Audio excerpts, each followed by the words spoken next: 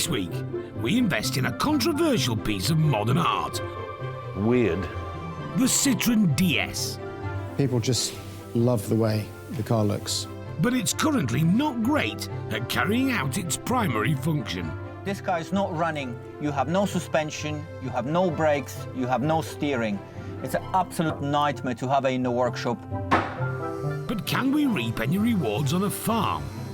We restore one of the world's most iconic tractors. I think all in all, it'll come up nice, like, you know, get all years of flaky paint and stuff off. Before testing if our 70-year-old Fergie can still plough a field. We're kind of against it a bit, really. As long as the grass turns from green to brown, we're all right.